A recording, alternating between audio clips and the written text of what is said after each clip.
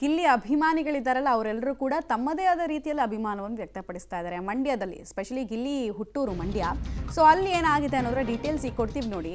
ಮಂಡ್ಯದಲ್ಲಿ ಗಿಲ್ಲಿ ಗೆಲುವಿಗಾಗಿ ಅನ್ನದಾಸೋಹವನ್ನು ಅವರ ಅಭಿಮಾನಿಗಳು ಹಮ್ಮಿಕೊಂಡಿದ್ರು. ಗಿಲ್ಲಿ ಗೆಲುವಿಗಾಗಿ ಅಭಿಮಾನಿಗಳು ಅನ್ನ ಸಂತರ್ಪಣೆ ಮಾಡ್ತಾ ಇದ್ದಾರೆ. ಒಂದು ಒಳ್ಳೆ ಕಾಸ್ಗೂ ಕೂಡ ಈ ಅಭಿಮಾನ ಕಾರಣ ಆಗ್ತಾ ಇದೆ. ಜಿಲ್ಲಾಸ್ಪತ್ರೆ ರೋಗಿಗಳಿಗೆ ಪೊಂಗಲೆಲ್ಲ ವಿತರಿಸಿದ್ದಾರೆ. ಆ ಮೂಲಕ ತಮ್ಮ ಖುಷಿಯನ್ನ, ಆಮೇಲೆ ಗಿಲ್ಲಿ ಬಗೆಗಿನ ಹೆಮ್ಮೆಯನ್ನ ಹಿಂಗೂ ವ್ಯಕ್ತಪಡಿಸ್ತಾ ಇದ್ದಾರೆ. ಸೋಷಿಯಲ್ ರೆಸ್ಪಾನ್ಸಿಬಿಲಿಟಿಯ ಭಾಗವಾಗಿ ಯಾರ್ಯಾರ ಅಸಹಾಯಕರಿದ್ದಾರೆ, ಅಶಕ್ತರಿದ್ದಾರೆ ಅವರೆಲ್ಲರಿಗೂ ಕೂಡ ಗಿಲ್ಲಿ ಪರವಾಗಿ ಅನ್ನದಾಸೋಹನ್ನ ಮಾಡಿಸ್ತಾ ಇದ್ದಾರೆ. ತುಂಬ ಪುಣ್ಯದ ಕೆಲಸ ಇದು. ಯಾರ ಪರವಾಗಿ ಮಾಡಿದ್ರು ಕೂಡ ತುಂಬ ಪುಣ್ಯದ ಕೆಲಸ. ನೀವು ನೋಡ್ತಾ ಇದ್ದೀರಾ.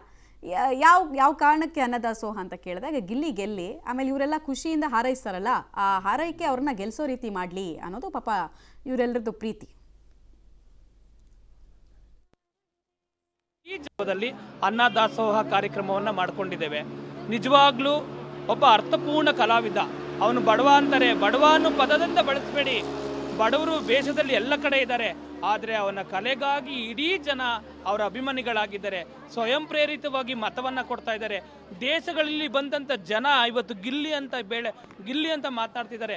ಒಬ್ಬ ಕನ್ನಡದ ವ್ಯಕ್ತಿಯನ್ನ ಬೇರೆ ವಿದೇಶಿಗರು ಮಾತನಾಡ್ತಾ ಇರುವಂಥದ್ದು ಕನ್ನಡಕ್ಕೆ ಸಿಕ್ಕಂಥ ಜಯ ಆಗಿದೆ.